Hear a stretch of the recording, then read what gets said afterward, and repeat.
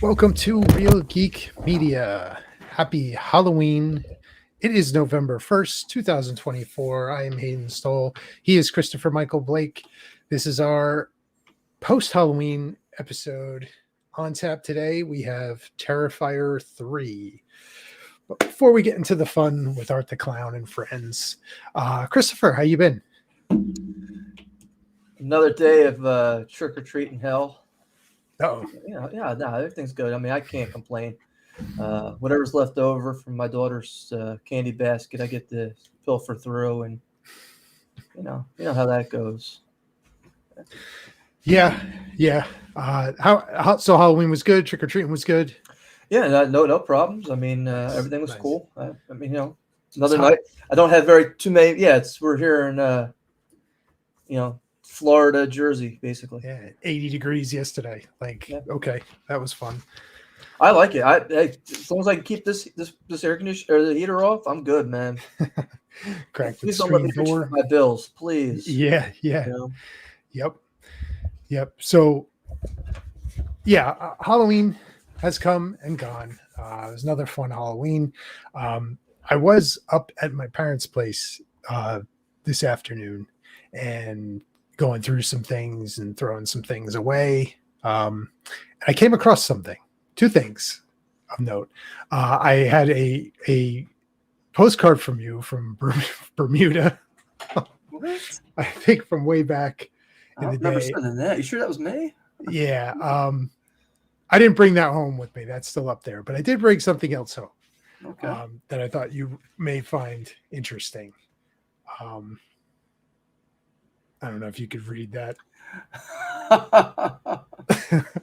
Okay. Yeah.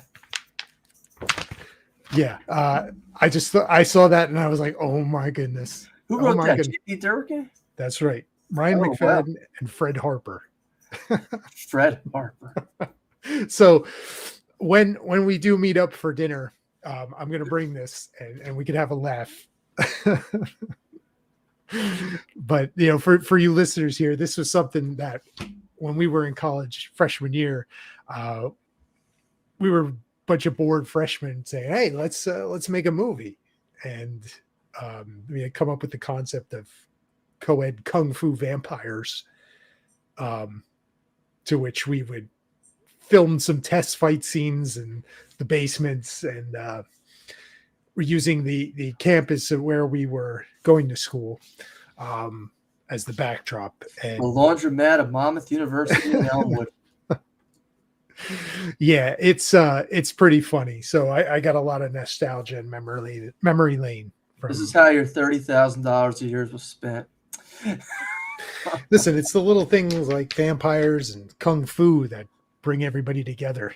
As we look at the people involved in this, couldn't be more diverse.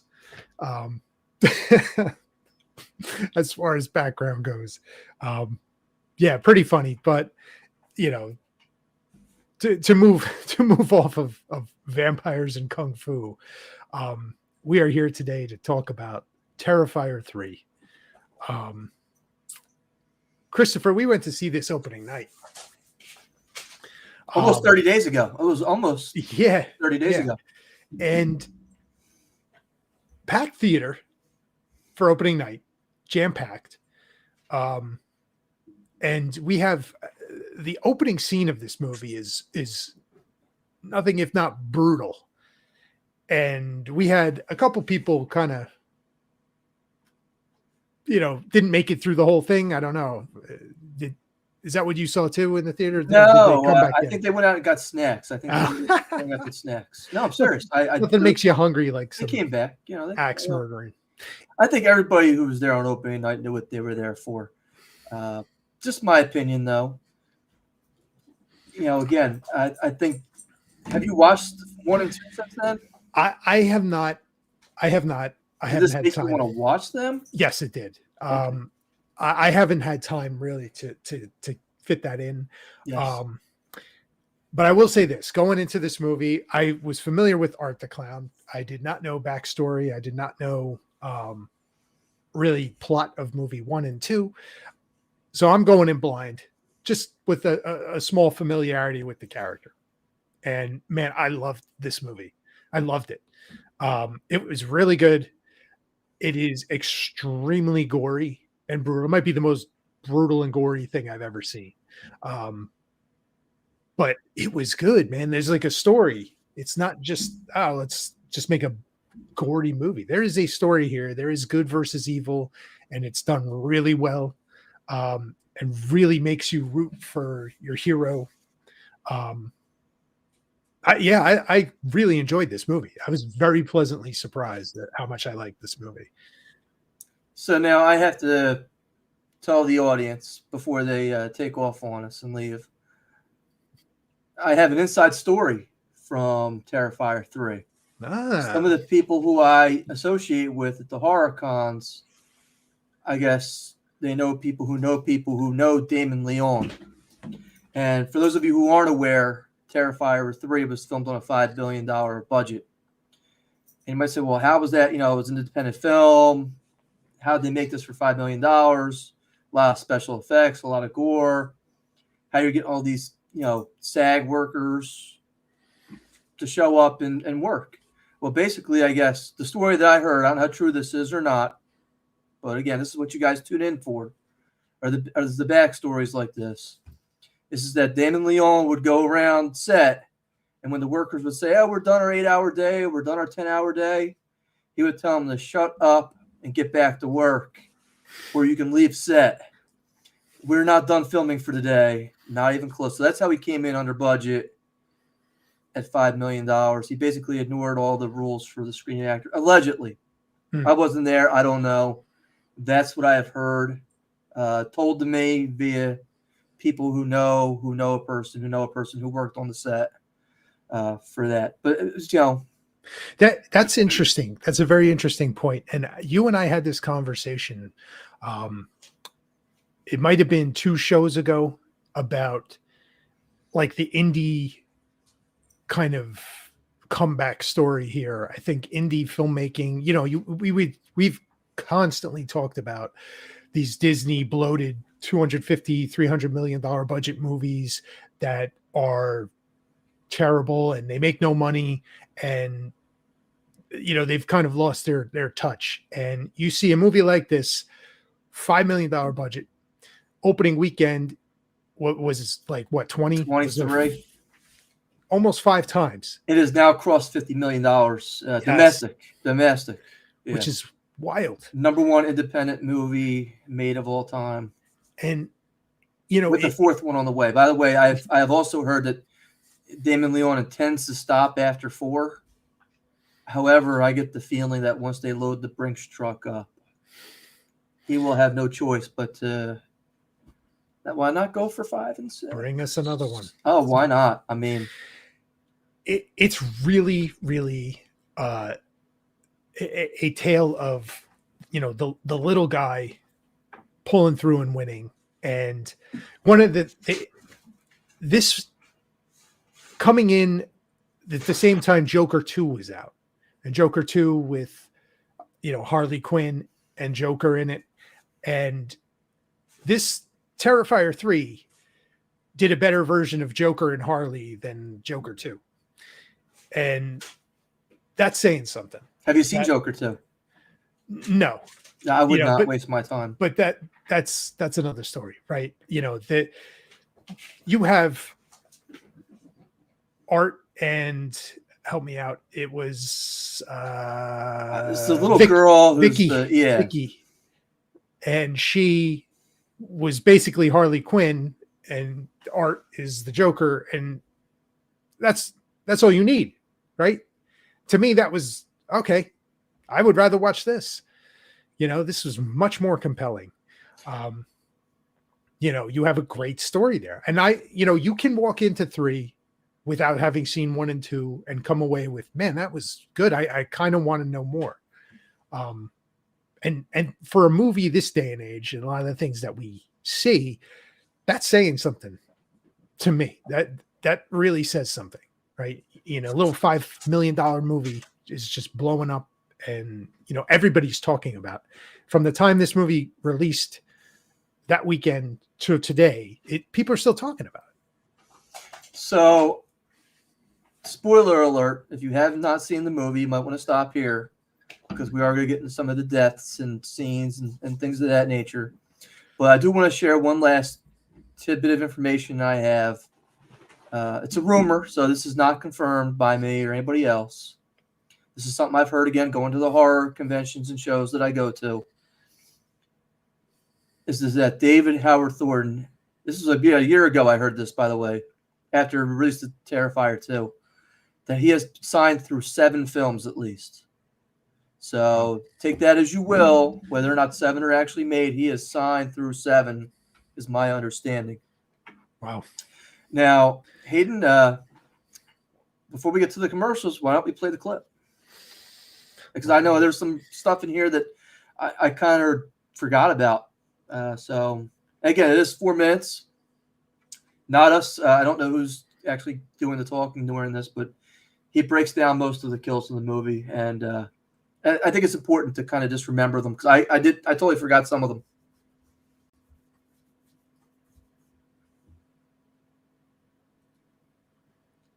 I think he's on mute. He's on mute.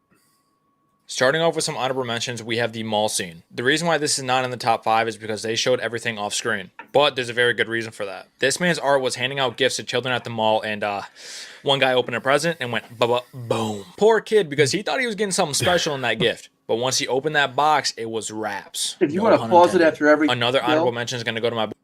So Hollywood doesn't necessarily like to kill kids, in case you haven't noticed. Yes. And so, yeah, I don't blame them for kind of doing that off screen. So, and what this scene does is really like there's a shock to it, you know, like he's doubling as Santa Claus in this scene, and you know there's a real shock to when that bomb goes off, and you know I actually worry about copycats with that scene. That's what I worry about the most. Boy Chris Jericho in the hospital, but this man fucking blew. How are you a WWE champion and can't withhold anything? At least put him a fight, you a fucking code breaker or something. Even hit him with the walls of Jericho. If you would have hit that, I think I would have lost it. But this man's face got torn apart. Coming into the fifth. Yeah, Chris Jericho. Token scene. It was funny when he appeared. I was like, Chris Jericho, not knowing he was in a previous film. That was pretty nasty. That thing came apart like a coconut.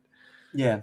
I don't have anything to add with that. You know, I don't know what the hell's going on in the room he's looking into with the giving birth to the head and all that. I mean, look, I've watched all 3 movies, and the time frame for these things is wild and crazy, and some of the stuff going on in these movies is like, what the fuck? But you know, okay, so Chris Jericho makes a token appearance. There you go. Fifth spot, we have the opening scene. I know a lot of people are going to put this much higher, but it was so overhyped. Once again, they showed pretty much everything off screen. But I really do feel bad for this little girl right here because she thought Santa Claus was on the top of her roof. And sorry to break it to you, but that's not Santa, and there's no reindeer.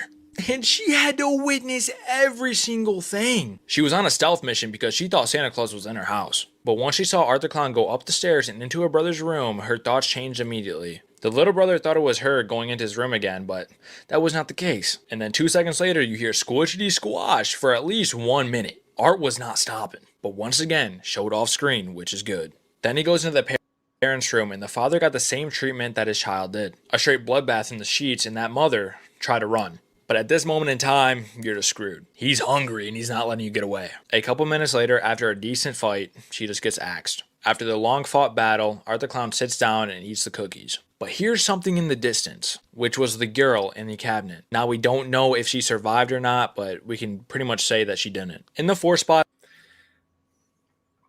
I don't know. Yeah, see, that was something we talked about on the way home from the theater, was that this girl, that you know, her fate was really kind of unknown coming out of that. And I don't know. He said that opening scene was overhyped. I thought it was great. It sets the tone. It gets you invested. And it's not like a rush. It's a slow build through the whole thing. And I thought that was really well done. Yeah. The one thing I I mean, I may have just totally forgotten the homage to The Shining. Again, he just showed the clip with Art in the door after he asked through the door and put his face in. It was kind of the homage to Jack Nicholson almost. But for me, the most terrifying sequence isn't the deaths. Again, they kill the kids off screen, but it is the fact that he's eating the cookies after he does it. Yeah. He's just sitting there taking his time, having a ball, like he's in his own little world. Yeah, it's Christmas Eve. And that is typical Art that we have as fans grown to like about the character. It's not so much, again, it is about the blood and the guts. And I had this conversation with somebody. Oh, we need to make these killers more laughable and enjoyable, and they can have fun killing people. And I'm like, you do that the wrong way. It could come off really bad looking. But if you do the blood and guts and gore, people will remember that. I don't remember him acting like a nut job. I remember the kills. Yeah, that's what I remember watching this movie, or the kills, not him acting kind of goofy in between takes of the kills and all.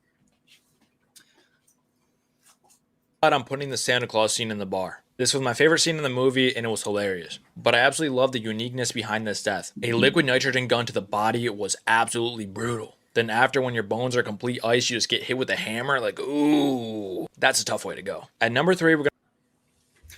So, this was actually my favorite kill scene in the movie. I would have ranked this number 1. Just from the fact that the 2 people in the bar were Clint Howard and Daniel Roebuck. And I was not expecting that because I wanted to go into the movie cold. Yes. And it was hysterical. You got Art pissing on Santa Claus. Right? I mean, you do. And then, he's sitting in the window, like pointing, like, that's Santa Claus. That's Santa Claus. That was hilarious. I love that meme. Just brushing past the people in the doorway to get in. Again, the fact that he uses the hammer and knocks off Daniel Roebuck's face. Again, we said no, beware spoilers, so we put the spoilers out there. But for me, this was the best part of the movie. Great scene. Yeah, I have really enjoyed this. And again, I would have ranked this probably number 1. So definitely the way he does it, like he describes with the liquid nitrogen, was cool. It was cool. Maybe think back to T2, liquid nitrogen. We're going to put this whole attic scene with the glass shard and the box cutter. This was just a normal worker trying to get his job done and then ran into Art the Clown in the attic. And man, oh man, did he go out. He didn't go out easy though. It was painful. Art went into his Mickey Mouse Couture weaponry and picked out the box cutter, scraped his head open, and then ripped his skull. Meanwhile, while that was happening, Victoria was getting off with the glass fucking shard. Yeah. Huh? I'm done. I'm out. Number 2, I'm putting... I totally forgot about her masturbating with the glass shard. That's nasty. And again, him opening the skull up of that dude. I mean, I remember I was going, oof. Yeah. Yeah. I mean, I definitely flinched during that scene. I mean, listen, that they set the tone right off the gate with the opening scene. So, like, the kills got, I guess, crazier and crazier almost throughout the movie. Putting the shower scene. Most people are going to have this as number 1, but I also thought this was overhyped. But that's not saying it was brutal, because this shit went crazy. Mia and Cole were unlucky here and just got overheard by Art the Clown himself. The convo she was having, no. Come here, Mia. Come here. We are not smelling Art the Clown, bro. Like, no. We do not want to stare into his soul. No. What are you on about? Like, that's why you fucking died. And later on, they go into the bathroom, and then it's all said and done. Art came in, took a piss, and then went into his Duffy. Looked at his weaponry and pulled out a fucking chainsaw. And proceeds to go crazy and takes out Mia and Cole. Mia's getting sliced and diced, and then Cole gets his leg sliced where he can't run, and it's nice. Fuck, it's not nice. What am I talking about? Cole, you trying to pay for my doctor bill for my balls, bro? That fucking hurt. Getting sliced up the crack. Taking the balls with him. Sliced in half all the way to the fucking top of the dome piece. I got one question for you, Mia. How did Art smell? Did he smell like roses or some shit? Maybe a vanilla candle? At number 1, I'm putting the... I thought the shower scene was my favorite one. I thought that was like brutal kill. And they show it all. Like you're seeing everything in that. just brutal with that chainsaw. When he's got the guy on the ground and he's going straight up, that makes you kind of adjust in the chair a little bit. So I don't know if you remember. Have you ever seen the movie Things to Do When You're Dead in Denver? Yes. Remember what the name? The buckwheat hit, right? So they take the gun, they fire up your ass, and the bullet rattle rolls around in your stomach, and like you can twitch around like Bill Mummy did in that movie. And that's I think where that homage kind of came from with that particular scene. I know the rest of the shower scene was the homage to Psycho, obviously. But again, I think this is the proper place in terms of kills, in terms of the kill ranking system. I do think this is where this one belongs. So I get no argument from me. I would have left her alive if I was Art, maybe severely deformed, just so she can go out and tell her story now. And because that's what she was on the whole movie. Yeah. I want to know your story, and could you please be on our podcast? She could be a guest on our show. And if you had really like left her alive, but that would have been the ultimate justice, I think, for her. But yeah, okay. Here we go. Number 1. Rat scene. I don't like rats. I don't like rodents, bro. It's just not for me. But gripping the rat like you're loving it and then putting it down someone's fucking throat. I feel so bad for Sienna's aunt because this is definitely the number 1 most brutal thing that happened in this entire movie. Getting a tube shoved down your throat, twisted, and then hammered down like nah. I still can't believe that Stuart Little went down the tube in someone's throat. Little. Just thinking about that scene, thinking about a rat hitting my throat with his greasy ass tail. No, I'm not having none of that. Like, this is number 1 for sure. Let me know your top 5 most brutal scenes in Terrifier 3. These are the top. All right. Now, I know walking out of the theater, you said that was definitely something that left an impression with you. That scene was cool, but I've seen them do that in, what was it, a show? Was it Game of Thrones that they did that? I remember that they did it with the... Yes, they did do it in Game of Thrones. I don't remember if it was that Game of Thrones or not, but I know that they did the similar one where they put the ice bucket on the guy's chest with the rat inside, and then hit the ice bucket with the flame. Yeah. To try to make the rat dig into your stomach. Yeah. And that the cartels would do that. Yeah. I know I've seen it before. Not as brutal in the delivery method. With the pipe and the jamming it in there. And I do have to say, like, the sound mixing when he would strike with the axe or with the banging it, it's so loud that it startles, like, when you hear it. Because there were people flinching when that sound was made in the theater. It's just a loud bang. And, you really, wow. Okay. We're talking about the death scenes that we saw that were impressive, but I think we need to mention the death scenes that we didn't see that I was a little disappointed in not seeing. And the first is the brother, right? I mean, and then the husband went to go pick up the brother. Yes. What happened there? And the next thing you know, he's hanging up on the wall. Okay, that's great, but it's not. They didn't show it to me. I felt a little gypped about that. Yeah, because he was a character who had a couple scenes in this movie and really kind of earned something on screen. Same with the brother. And I don't know for sure if the brother, would you consider maybe he's alive? Were they bluffing? I don't think that they were bluffing. The fact that the husband went to go pick him up tells me that they had intercepted the brother at that point. He was there was that scene where he's in the car and I think either Vicky is parroting what the brother's, voice, right? Like, that's what I took from that scene. I, assumed that, okay, that's not him because it sounds a little off. Those two definitely, we could have seen something. So again, I'm just, not nitpicking. I did like the movie, but just from an audience perspective, not only that, the brother played a huge part in part 1. So how do you not at least give him his due diligence and a good, clean death? Yeah, definitely. This one, I don't understand that. Maybe they filmed it and then just it ended up on the cutting room floor because it ran too long. I don't know. It's a good question. One we may never get an answer to unless there's an unrated director's cut. Fair enough. But so let me ask you a question, and it's something that I've been thinking about all year long. What is the best movie you've seen so far this year? Ooh, good question. In the movie theater, and or on demand or whatever. Good question. But one that's released this year. Good question. I feel like this one's up there. And I feel the same way, but you sit there and you think about it, it can't be this. And I'll tell you the movie that I thought was the best movie this year was actually Inside Out 2, which I had no interest in going to see. But that was pretty good, yeah.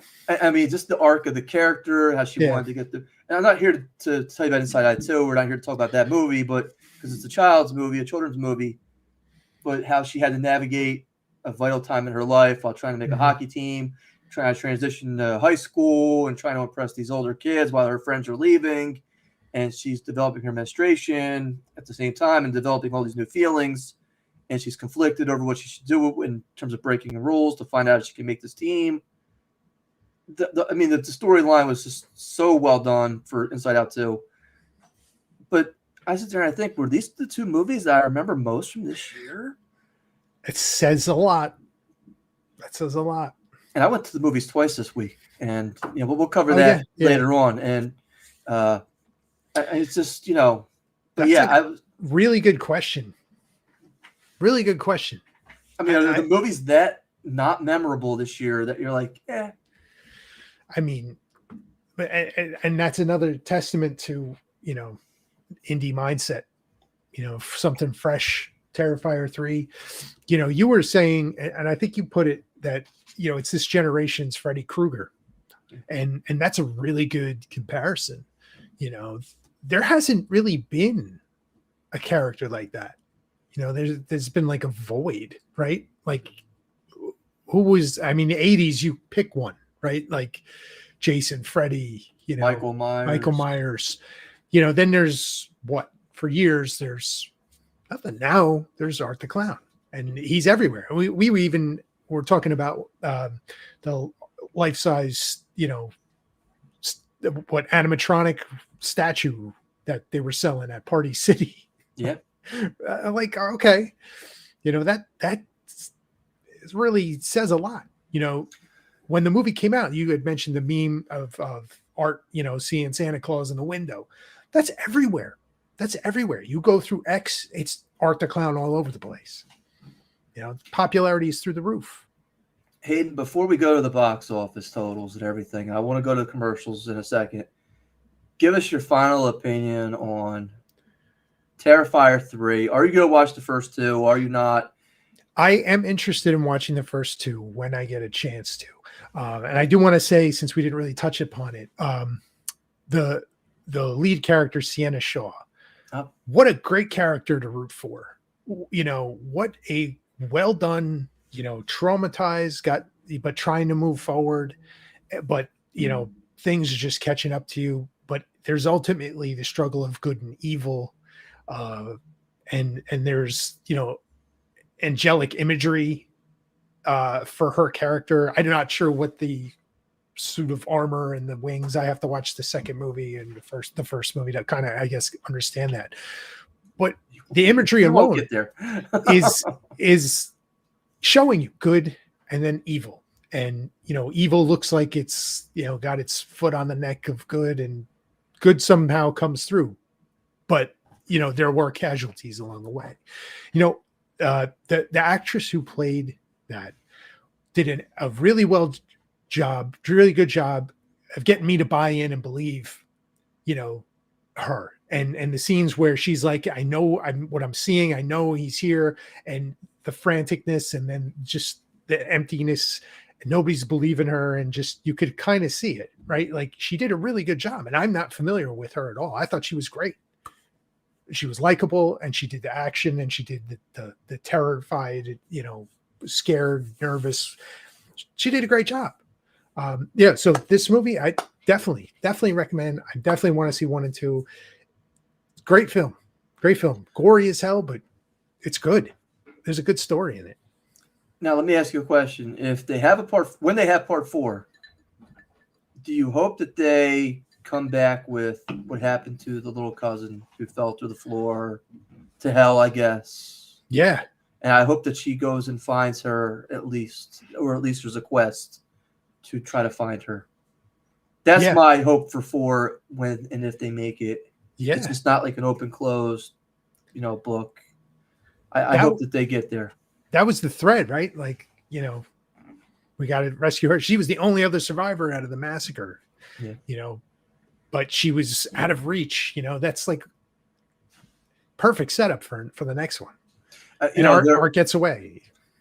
There are 2 scenes in this movie that are memorable to me the most. And the first is before Art picks up the chainsaw in the bathroom scene where he's washing his hands after he urinates. Because it's like, well, why would you bother doing that knowing you're going to get bloody, right? And the second is when Sienna is holding the sword reverse. And she drops the handle down to her cousin and she can't hold on because the blade slices her hands. Yes. Basically, scarring her hands, ruining her hands. That to me is, the ultimate heroic thing. Like you were just talking about, a character to root for sure. That just sticks in my mind. Yeah. Yeah. Good movie, man. Like I'm very happy we went to see that. Yeah. So you would recommend this for people to go see? Absolutely. Okay. Before we go over to the box office totals for this week, from Christopher Michael Blake, author of the Cape May Murders, comes his new mystery novel, Trespass Against Us. Wrong way.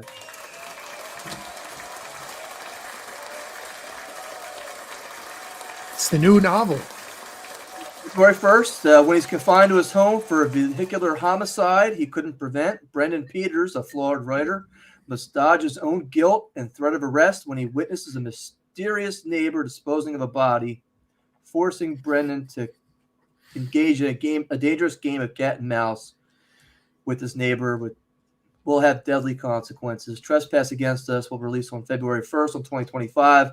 It will be available on Amazon.com and ChristopherMichaelBlake.com as well. That's exciting, Christopher. Congratulations. Yeah, that's but Hayden, even more exciting than that is if your business is looking for a way to attract and gain new clients, how would you go about doing that? Well, I would advertise with us. That's a shame. I would go advertise on Amazon, but forget Amazon. Well, look, I'm not saying. So, Real Geek Media and Entertainment is now offering sponsorships on their podcast and website. Hayden, you know what we're currently going for the month? If you were to advertise with us, what it would cost your business? $30. Now, you're not just talking about $30. Hey, we're going to mention you for 5 minutes, 3 minutes. We're talking about the whole month. That's at least 8 episodes that you're going to be on, which are on YouTube and RSV.com, Spotify for life. Anytime that anybody pulls these episodes up, your product is going to be there. Not only that, we're going to put you front and center on our website with a link to your product and description. All that for a low price of $30 a month. Hayden, that's the cost of a Happy Meal plus a big milkshake at this point. Where you Not wrong. Where you spend thousands of dollars in E. coli food poisoning from McDonald's at this point. Oh, yeah. So visit realgeekmedia.com. Click on the link for sponsor us, advertise with us, or donate here to get started. Again, that's www.realgeek media, media.com to start now. Hayden? So we had a little bit of a – apparently Here does not start playing until tonight. We couldn't kind of factor that into our decisions. So we used the 3 movies, Venom, Last Dance, Conclave, and Smile 2. And there was a clear winner this week, Hayden. I hate to say, I gave you the Sweet Chin music. I did. I took care of business this week. Took the trash out. So here we go. We're going to cover the movies here. Venom, Last Dance. You said 20 million. Rocky said 12. I said 32. Actual retail number for the opening weekend was 51 million, which doesn't sound bad, except they were expecting 65. Yeah, I heard that was the lowest of the three, right? Yes. Venom movies. Yeah. Now, it hasn't gotten great reviews either. That didn't help either, from what I understand. This is supposed to be Tom Hardy's last venture in this movie. Once they back up the Avenger Brinks truck, believe me, he'll be right back on. I can't understand him. Like, that's the one thing with this movie is like I can't understand a word he's saying in this movie. And marbles in his mouth the whole time. I have no idea. I need the captions when I watch him. Look, he is so good on Peaky Blinders. I love it. Yeah.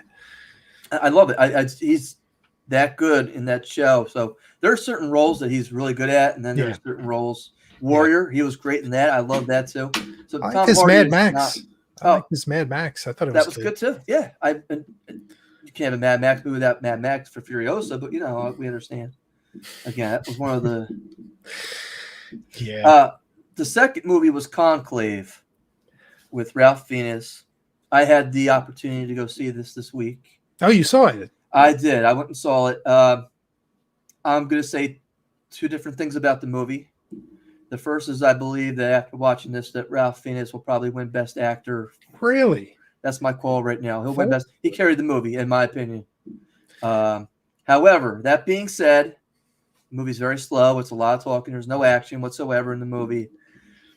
And I could have really kind of done with it the last 10 minutes. Does he turn into Voldemort at the end? He does not. Man, I ain't going to see it. He's navigating his way. The premise of the movie, for those of you who have no interest in going to see this movie, is that he's running the conclave. He doesn't want to run it after the Pope's death to elect the next Pope. And he's already admits he doesn't want to even have part of this. He tried to resign, and the Pope refused his resignation, telling him, when I pass, you need to manage this next conclave because there's all these adversaries and different factions vying for the papacy. And he's going through, and every faction kind of has what's wrong with them. No faction is perfect. And you find out that, there's this one lone person who shouldn't be there. And, they weren't even really kind of invited. And that person doesn't want the papacy either. And what a better opportunity to give it to that person after he's kind of eliminated everybody else. And he's like the Sherlock Holmes of Cardinals. Interesting. Not a bad movie, just I can't know about the preachiness of the last. There was a huge twist at the end. I'm not going to give it away. It was like, and talking to some Catholics, they were like, yeah, they really shit all over Catholics with this movie. Being a Catholic myself, I'm like, I don't see it that way, but I'm not a diehard religious fanatic like some people. I enjoyed the movie for what it was. Again, my interpretation, Ralph Fiennes does win Best Actor for the movie, but the movie really, because it was based on a book, didn't need the last 10 minutes. The numbers, Hayden, Rocky said 30 million. You said 3. I said 6. The actual retail number, Hayden, was 6.6. Oh, nice. Oh, I know. Rocky was all the I guess eggs in this basket. 30. Yeah. The last one was Smile too. I went and saw this as well this week, and I really enjoyed the movie itself. I picked right up from the end of 1, by the way. So if you're interested, so did you see Smile? No. Oh, one of the better horror movies of last year, by the way. Can't recommend it enough. Totally different take on things. This one here, it's like she's like a dancer. Right. She's like a pop but she's singer got her own demons. And what's great about it is because my daughter does dance. I'm watching the dance sequences, and they are professionally done. They are so wonderfully done. It was almost like watching like a backstage of like an actual music show. Like Lord of the Dance. Oh no, it was better than that. It was. I'm telling you, I'm not kidding around by saying that. It was really good. Yeah. Really well done. The horror scenes are really good in terms of what's fake and what's reality and what's not. But then you get to the last 10 minutes of the film, and it's like, I already know how this was going to end from the beginning. And you know how it's going to end from the beginning. But it just didn't land very well. No. Again, just for the last 10 minutes, the film didn't do it for me.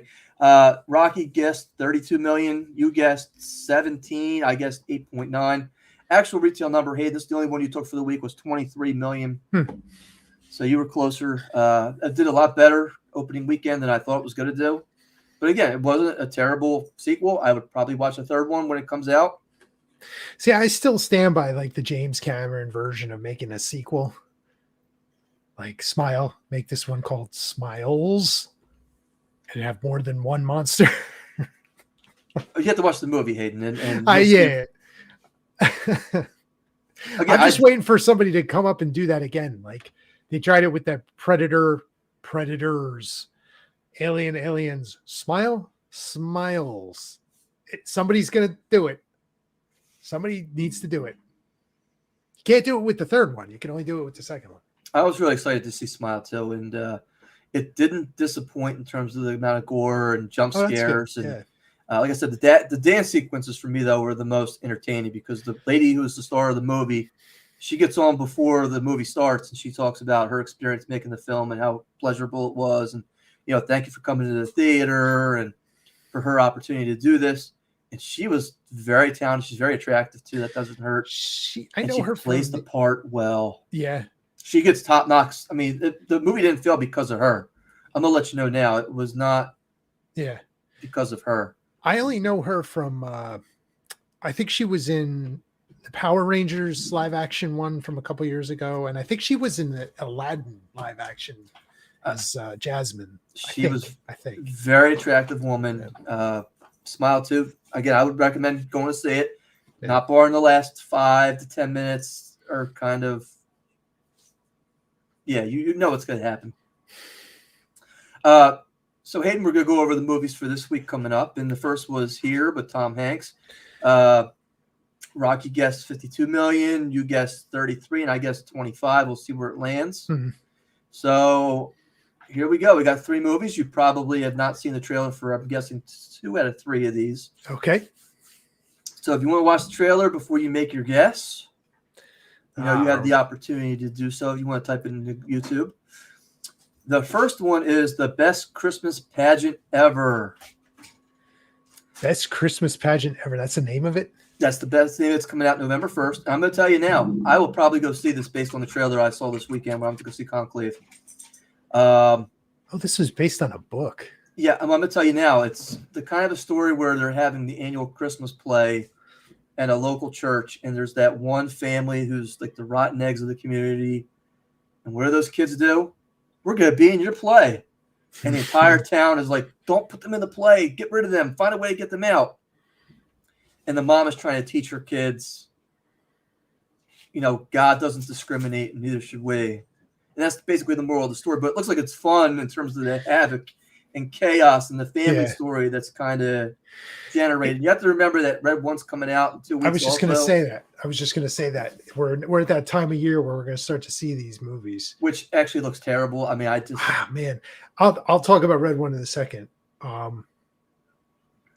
This sounds interesting, and it's got the appeal for like a kid and a family. I don't think it was made on a huge budget either. So that's the other thing that I think kind of helps this in terms of making money. Because here is more like an adult, in my opinion. That's like more of an adult movie. The kids aren't going to want to see that, right? Like, what is this? Right? That's more like, okay, you're going to get the older crowd is going to enjoy this movie. This one has got appeal for families and for kids, and that's money. So where do I go? 35. Wow. Okay. That's a huge number. Geez, you got me rethinking my number. I came up with a number. When does it come out? Is it this weekend or next? I believe it comes out this weekend, I believe. And it probably again, if it's going against Here, you have to factor that in. Do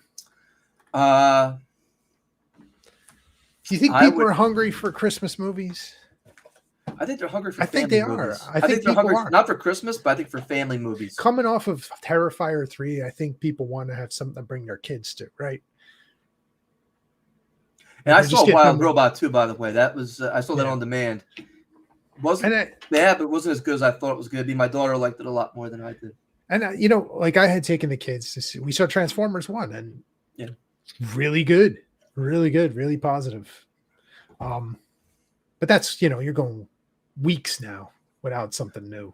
And the other thing that I have to put into this is what's the effect on here? What's the dilution from some of the other movies that are currently out? I might be high with mine. And that's what I'm thinking is if the lower I go, the safer I am. And I'm going to stick with my original number. I'll go 23 million. Yeah, that's a good one. That's good. And again, that's just my guess. Take it for what it's worth. The next movie we have up is the Liam Neeson movie, Absolution. Now, he says he doesn't want to make any more action movies. He plays a guy who, of course, is the most dangerous guy on the planet who, wants to start raising his family and helping out his wife. His daughter's children and stuff. Good Lord. I'm looking at the poster for this. Yes. Oh, boy. Trainwreck Central. Big yikes. You got to remember, he's in his 70s now. I mean, again, I wouldn't fuck with him. I mean, he'll fuck me up, but 72. Yeah. Oh man, like at what point do like police officers just retire? You know, because that's kind of what he always played now, or an action hero. Hitman, something like that effect. Yeah. Ice Road Trucker with a vendetta. Yeah. I don't think this is going to do very well at all. You know, I do find joy in watching his movies, though. There is a charm to. He's very likable, right? It's easy to root for Liam Neeson, and I think that's what makes, you know, the appeal as an audience, right? Like, oh, Liam Neeson, oh, he's gonna get that bad guy, you know, his comeuppance, you know, it's gonna happen and it's gonna be awesome. I feel like this is the same thing over and over again. Like ever since Taken, and he had a couple ones after the Taken series that weren't bad, and now it's just like, let's just cast Liam Neeson in these movies and call it a day. I mean, how strong is the Liam Neeson fan base these days? What do you say? 7, 8? I'll go 8. Okay. I think you've overestimated the appeal of Liam Neeson at this point.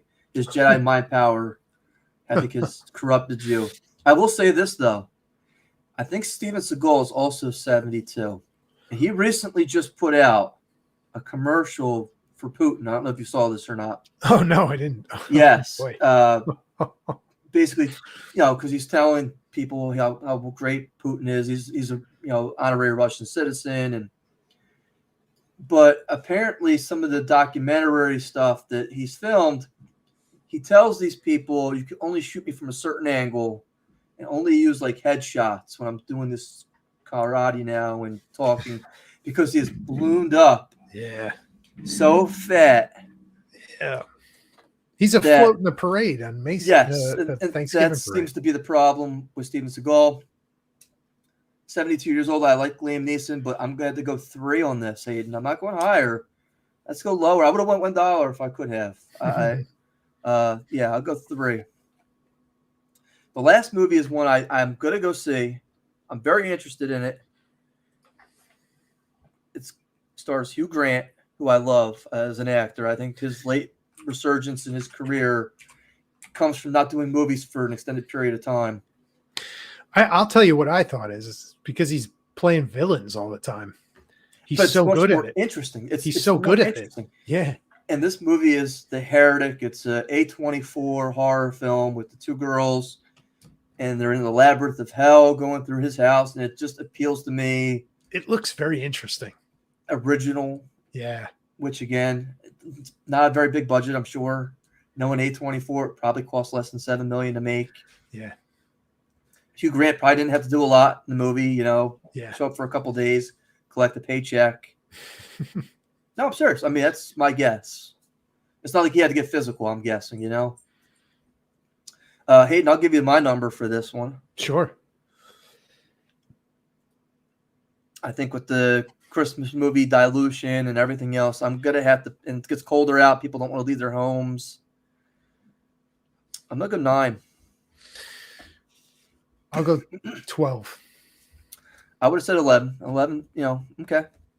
You gave me some wiggle room there. It looks interesting, right? The first trailer that I saw for this, it's you're typical, okay, this is gonna be a horror movie, but then it's like, oh, all right, Hugh Grant, okay. I like Hugh Grant as a villain. I like him because he's just got that face that you just want to punch, and like when he stopped playing like the romantic comedy leads and the goofy, charming guy, and he started playing bad guys, I found him much more interesting as an actor and somebody that you can realistically, okay, maybe he can get cast in these roles and do a good job. I like him in these things. But this looks interesting with the labyrinth and kind of what's going on in there. What is this about? Yeah, obviously there's the religious component, which is, I'm curious. I would definitely see this. Again, with the late resurgence that he had after not acting for a while, it reminded me of Pierce Bronson. Yeah. So that's what it reminds me, because he used to come out and be the villain in a lot of these movies and stuff. And yeah. He went from playing James Bond action heroes to you know what I like Pierce Brosnan in? I don't know if you saw Black Adam. I did not. Man, Pierce Brosnan was the best part of that movie. Really? He was really, really good in that movie. That's not a lot of great in that movie, but he was the best part.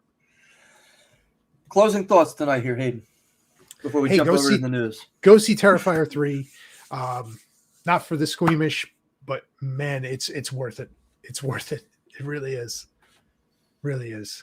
It's very enjoyable. If you're a horror fan, I definitely recommend it also. Trespass Against Us, February 1st, 2025. Check it out. There we go. We will catch you. Stick with us. We'll be back with weird and funny news stories. We will see you after the break.